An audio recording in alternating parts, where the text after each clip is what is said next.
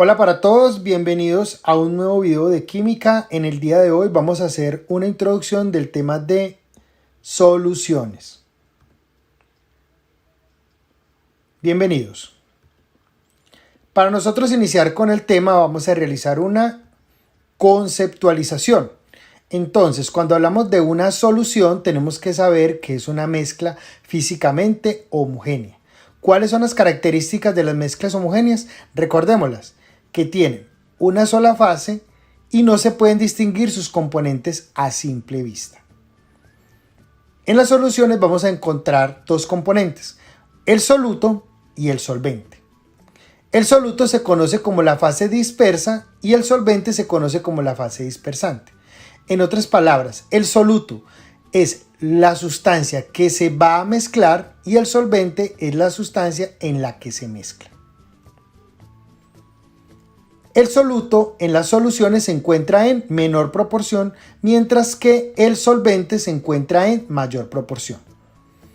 En las soluciones que más vamos a trabajar es donde el medio, en este caso el solvente, es el agua. Cuando tengamos como solvente el agua, estamos hablando de sistemas acuosos. Siempre que ustedes vean en reacciones químicas, entre paréntesis la letra A y la C, significa acuoso. O puede aparecer la A y la Q, significa acuoso. ¿Y qué significa acuoso? Significa que está disuelto en agua. El agua también es conocido como el solvente universal. Aquí vemos claramente una solución. Tenemos el alcohol y el agua. Aquí el alcohol sería el soluto y el agua sería el solvente. Si unimos los dos, no podemos identificar físicamente dónde va a quedar el agua y dónde va a quedar el alcohol. Por eso esto sería un ejemplo de solución. Bueno, ya hemos hablado un poco de las mezclas homogéneas. Ahorita vamos a pasar a hablar de las mezclas heterogéneas. Recordemos las características de las mezclas heterogéneas.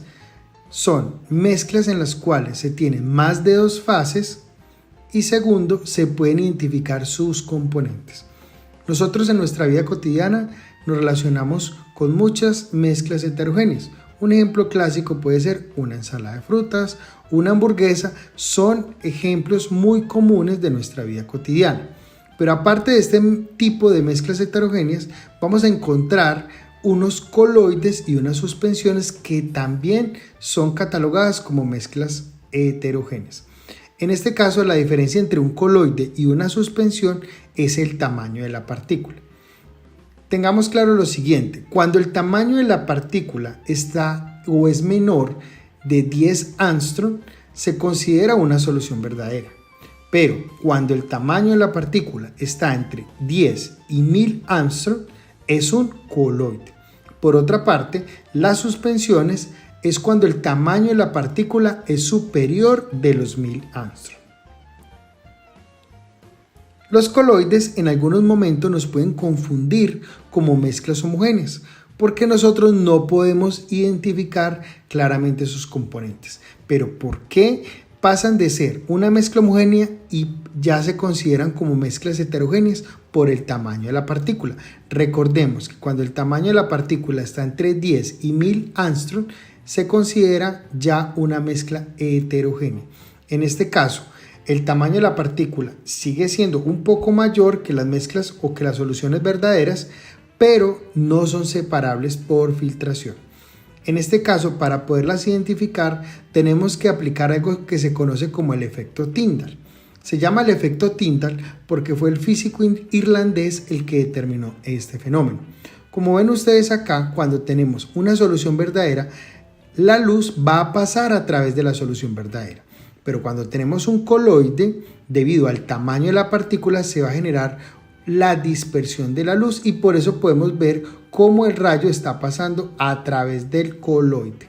Aquí vemos claramente el ejemplo en el cual las de luz está siendo, digamos, evidente cuando pasa a través del coloide. En este caso, se ve aquí en el ejemplo. Ahora vamos a hablar de las suspensiones. Las suspensiones es cuando el tamaño de la partícula es superior a los 1000 angstrom. En este caso, el tamaño de la partícula ya es superior y esto conlleva a que las partículas de al menos de uno de los componentes puede ser vista con microscopios de baja resolución. Estas suspensiones se clasifican en aerosoles cuando el medio es un gas, hidrosoles cuando el medio es agua, organosol cuando el medio es un compuesto orgánico. En este caso, quiero hablar de los aerosoles. Nosotros, digamos, en algunos materiales de uso común podemos encontrar aerosoles, que pueden ser pinturas, pueden ser desodorantes o pueden llegar a ser medicamentos. En este caso, como son mezclas heterogéneas, se les aconseja que debemos de agitar el producto antes de usar. ¿Por qué? Porque si yo no agito, en el caso, digamos, de un medicamento, ¿sí?, yo necesito que toda la mezcla heterogénea que está allí salga. Y si yo no agito el material, solamente va a salir el medio. En este caso sería solamente el gas. Entonces, por eso es muy aconsejable siempre antes de usar este tipo de mezclas heterogéneas, que en este caso son los aerosoles, agitarlos antes de usar para que puedan salir, digamos, en el spray todos los materiales que están allí en la mezcla. Como hemos hablado, vamos a hablar de las soluciones y vamos a hablar donde el solvente es el agua. Pero no solamente existen este tipo de soluciones donde tenemos en medio líquido. Vamos a tener un ejemplo, digamos, de gas en gas, donde tenemos el aire. Recordemos que el aire es una mezcla de dos gases, específicamente del nitrógeno y del oxígeno en su mayor proporción. En este caso, recordemos que el 79% es de nitrógeno y el 21% es de oxígeno. El ejemplo clásico que vemos acá es de dos líquidos, en el caso del alcohol y el agua. También podemos tener mezclas de dos sólidos, como el bronce. En este caso, el bronce es una aleación, es una mezcla de dos elementos, ¿cuáles? El cobre y el estaño. También vamos a encontrar en las preguntas tipo prueba de saber este tipo de mezclas. Ustedes le van a decir el bronce. ¿Qué es el bronce? Usted ya va a saber que el bronce no es un elemento, sino que es una mezcla homogénea. Hay que tener muy presente eso. Al igual que el bronce, también pregunta por el acero. El acero no es un elemento. El acero es una mezcla homogénea también de dos. ¿De cuáles elementos? Del hierro y del carbono. Por otra parte, también podemos encontrar mezclas de gas en líquido, como una gaseosa. Vamos a introducirnos en un concepto que es muy importante que lo tengamos claro. Cuando hablamos de solubilidad, tenemos que recordar un concepto que ya hemos trabajado, el concepto de soluble. Soluble es un término que indica que pueden mezclarse, pero es un término que es cualitativo, mientras que solubilidad también indica que se puede mezclar, pero ya es un término cuantitativo. Entonces dice allí, existe un límite para la cantidad máxima de soluto soluble en un determinado solvente. A este valor que limita la cantidad que se puede disolver en determinada cantidad de solvente se le conoce como solubilidad. ¿Qué significa eso? Que cuando yo tengo cierta cantidad de solvente, yo no le puedo agregar cualquier cantidad de soluto. Un ejemplo, vamos a hacer un jugo. Yo a esa jarra o a ese litro de jugo que tengo, yo no le puedo agregar cualquier cantidad de azúcar. Va a haber un punto máximo en el cual el azúcar se puede disolver en el agua. Entonces, este punto máximo se conoce como solubilidad y se define como la cantidad de un soluto que puede disolverse en una cantidad dada de solvente a una temperatura determinada. Entonces, la solubilidad es el punto máximo, ¿sí? Llevémoslo a otro contexto. Digamos que estamos en el salón de clase. Tenemos 30 sillas. ¿Cuál sería la solubilidad del salón de clase? 30.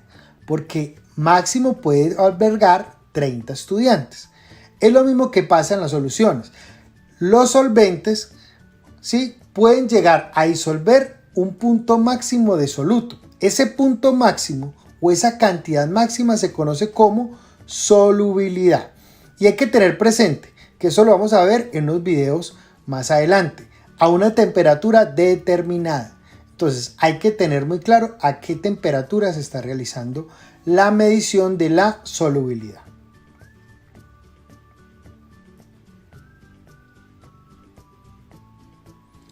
De acuerdo con lo anterior, vamos a hablar de las clases de soluciones. El primer tipo de solución se llama insaturada o diluida. El segundo tipo se llama saturada o concentrada.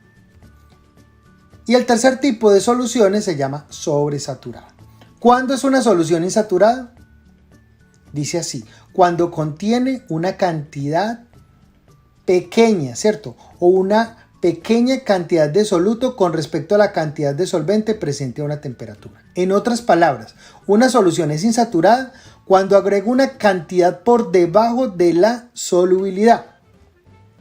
Una solución es insaturada si la cantidad de soluto es la máxima, o sea, que es igual a ¿qué? A la solubilidad. Miremos acá, siempre a una temperatura. Hay que tener muy claro y muy presente que la solubilidad depende de ¿qué? De la temperatura. Entonces siempre que hablemos de la solubilidad me tienen que indicar la temperatura. Y sobresaturada si la cantidad de soluto es mayor de la que se puede disolver. En este caso hay que saber que me pasé y allí voy a encontrar una parte de soluto que no se disuelve. Entonces en este caso voy a encontrar un precipitado. Recordemos que un precipitado es un sólido que no puede disolverse.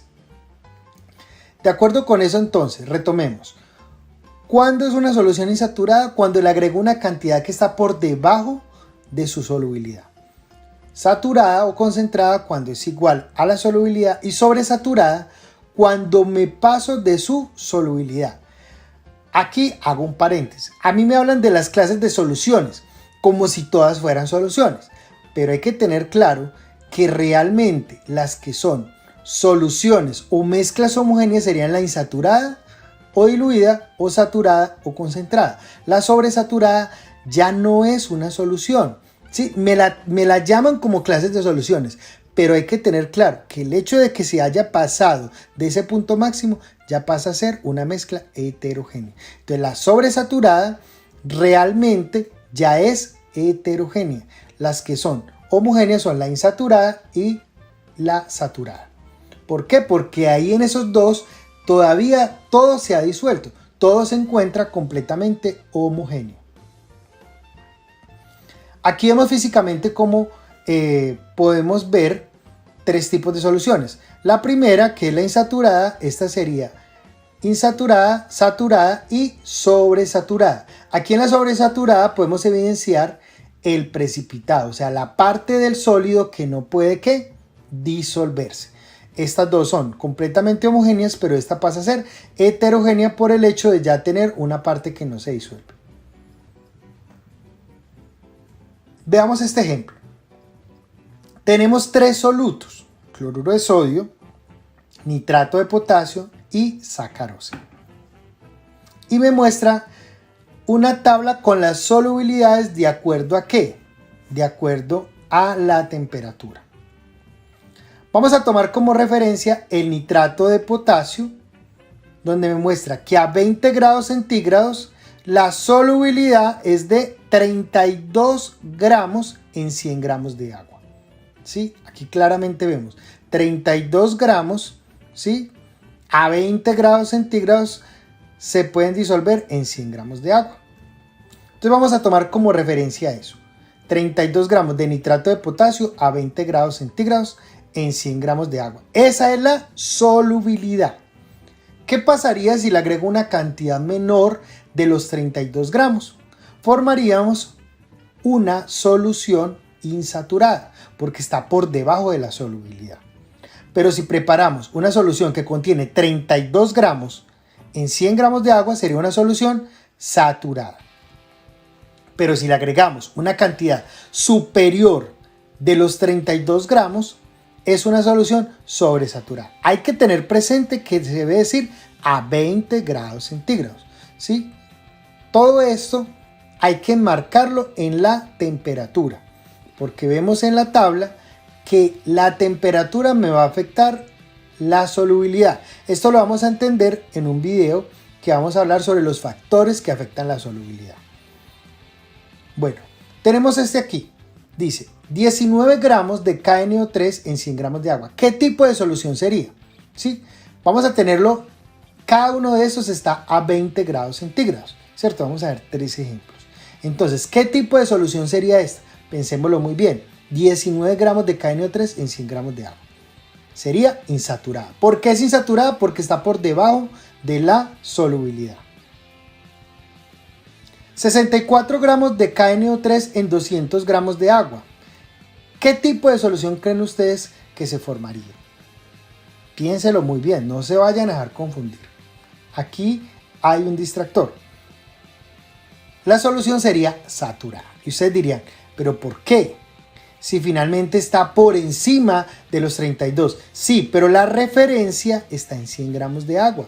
Si yo aumento la cantidad, ¿cierto? Duplico la cantidad de solvente, pues la cantidad de soluto que le puedo agregar también se va a duplicar.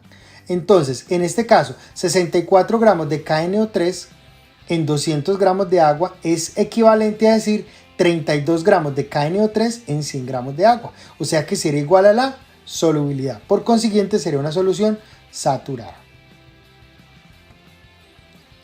Este último ejemplo, 55 gramos de KNO3 en 100 gramos de agua.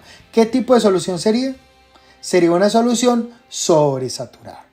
¿Por qué? Porque agregué más cantidad de lo que se puede ¿qué? Disolver. Entonces, esta ya sería ¿qué? Sobresaturada, porque la cantidad que agregué por encima de los 32 estarían formando un precipitado a esta temperatura. Bueno niños, esto fue todo por hoy, espero que haya sido muy claro. No olviden verse los próximos videos que están relacionados con el tema de soluciones. Gracias por su atención, Dios los bendiga y nos vemos en un próximo video. Hasta pronto.